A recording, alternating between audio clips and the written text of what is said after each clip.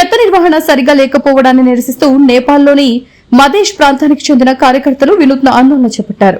ప్రభుత్వ నిర్లక్ష్యానికి నిరసనగా ముఖ్యమంత్రి నివాసం ముందు చెత్తను పారబోసి తమ ఆగ్రహాన్ని వ్యక్తం చేశారు. ప్రజలు ఎదుర్కొంటున్న పారిశుద్ధ్య సమస్యలను వెంటనే పరిష్కరించాలని వారు డిమాండ్ చేశారు.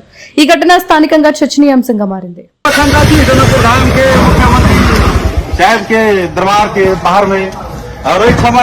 मुख्यमंत्री साहब अहाँ देखियो सर्व पागल चीज सब अहाँ ग्रहण करू मतलब ग्रहण करू मतलब देखू और ये बेल गोरा ददली झोरा मेरे साहब के हम हाँ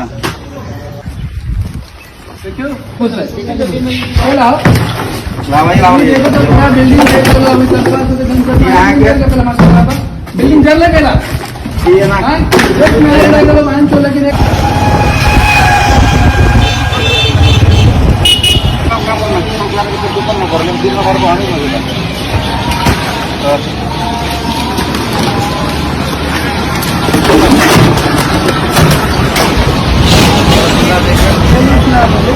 जिला प्रशासन